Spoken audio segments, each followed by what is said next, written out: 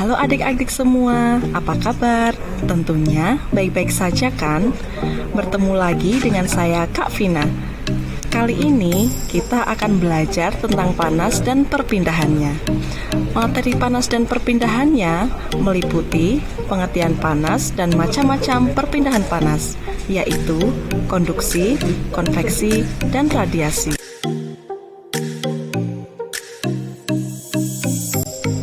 Apa yang kamu ketahui tentang panas? Panas disebut juga dengan kalor. Kalor atau panas merupakan energi yang berpindah dari suhu tinggi ke suhu rendah. Panas juga mempengaruhi suhu suatu zat. Jika suatu zat menyerap panas, maka suhu akan naik. Jika suatu zat melepas panas, maka suhu akan turun. Tahukah kalian, benda-benda di sekitar kita ada yang dapat menghantarkan panas dan ada juga yang tidak dapat menghantarkan panas. Benda yang dapat menghantarkan panas disebut konduktor. Contoh benda konduktor antara lain besi, aluminium, dan tembaga. Adapun benda yang tidak dapat menghantarkan panas disebut isolator. Contoh benda isolator antara lain plastik, kayu, kain, dan busa. Panas dapat berpindah melalui 3 cara, yaitu secara konduksi, konveksi, dan radiasi.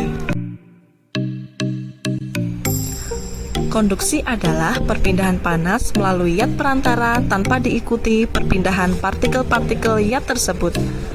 Panas yang dipindahkan secara konduksi dipengaruhi oleh bahan zat perantaranya. Ada zat perantara yang mudah menghantarkan panas, misalnya logam dan kaca pireks.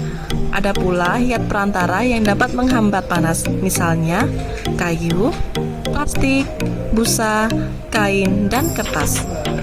Contoh perpindahan panas secara konduksi dapat kita jumpai saat kita memanaskan besi.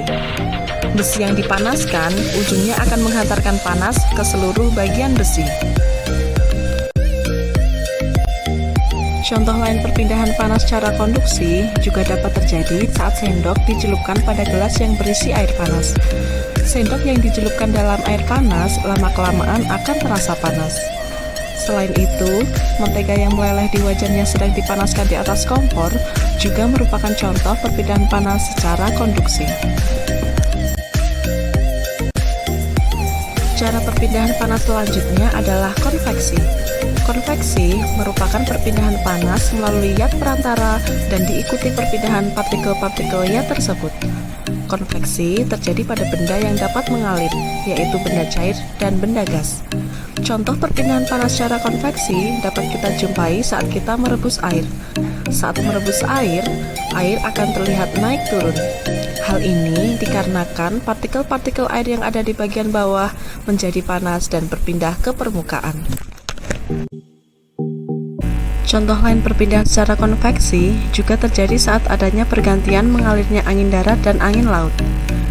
Proses terjadinya angin darat yaitu pada malam hari, daratan lebih cepat melepaskan panas daripada lautan. Akibatnya, tekanan udara di daratan lebih tinggi dibandingkan di laut. Perbedaan tekanan udara ini menyebabkan udara bergerak dari darat ke laut. Angin darat dimanfaatkan para nelayan untuk berangkat melaut. Adapun proses terjadinya angin laut yaitu pada siang hari, daratan lebih cepat menerima panas, sehingga udara menjadi panas lalu memuai dan bertekanan lebih rendah dari lautan. Perbedaan tekanan ini menyebabkan bertiupnya angin dari laut ke darat. Angin laut dimanfaatkan oleh para nelayan untuk pulang melaut. Cara perpindahan panas yang terakhir adalah radiasi. Radiasi atau pancaran merupakan perpindahan panas dari sumber panas ke suatu benda tanpa zat perantara. Contoh perpindahan panas secara radiasi yaitu perambatan panas pada api unggun. Panas api unggun yang merambat menyebabkan tubuh kita terasa hangat. Perambatan panas api unggun ini tidak membutuhkan zat perantara. Dari materi yang telah kita pelajari bersama, dapat ditarik kesimpulan bahwa panas merupakan energi yang dapat berpindah dari suhu tinggi ke suhu rendah. Panas juga dapat berpindah melalui 3 cara, yaitu konduksi, konveksi, dan radiasi. Demikian penjelasan dari Kak Vina. Semoga bermanfaat. Selamat belajar.